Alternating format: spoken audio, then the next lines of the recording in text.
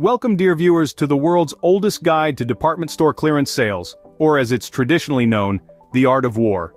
Penned by the legendary Sun Tsu, this ancient Chinese military treatise takes us back to the late spring and autumn period, around 2.5 millennia ago.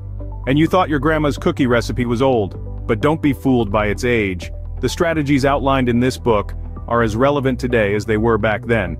Imagine using Sun Tzu's tactics to conquer the chaos of Black Friday sales. You'd be in and out of the store before the others have even found the entrance.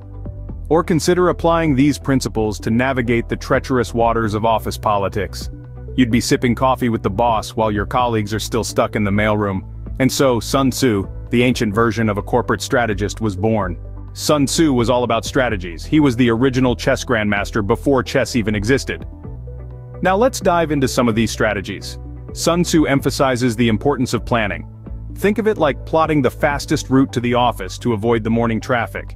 He's all about efficiency, ensuring you're not wasting precious time on unnecessary battles, or in our case, traffic jams. Then there's the strategy of being unpredictable, keeping your opponents on their toes. Imagine if you were the master of the company kitchen, always able to snag that last piece of cake because no one could predict your cake-snatching patterns. That's Sun Tzu in action. And let's not forget the strategy of deception. Sun Tzu said, all warfare is based on deception. So when your boss tells you they're working from home, perhaps they're just employing a little bit of Sun Tzu's wisdom. Remember folks, Sun Tzu said, all warfare is based on deception. So maybe, just maybe, your boss isn't really working from home. Sun Tzu was a proponent of winning without fighting, a true pacifist at heart, or maybe he just hated the sight of blood. You see, this ancient Chinese general had a knack for wrapping up conflicts without a single sword swing. Imagine if Julius Caesar had gotten hold of this concept, he could have avoided that whole messy Ides of March business. And let's not forget pop culture. If Luke Skywalker had used a little more Sun Tzu and a little less lightsaber, he might have wrapped up the whole Death Star situation over a cup of blue milk. In essence, Tzu was all about using smarts over swords, wisdom over warfare. He believed in understanding the enemy, exploiting their weaknesses, and turning their strengths into your advantage. All this, without ever needing to clean blood off your armor. So next time you're in a heated debate about who left the empty milk carton in the fridge, remember Sun Tzu's advice. The supreme art of war is to subdue the enemy without fighting. Sun Tzu was all about the knowledge.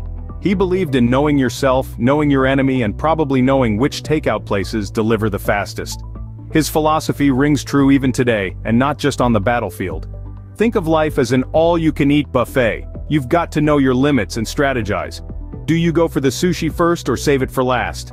Knowing yourself means understanding your strengths, weaknesses, and how much wasabi you can handle. And knowing your enemy? That's understanding the challenges in your way, whether it's the guy in line ahead of you taking the last piece of tempura, or the temptation to fill up on rice.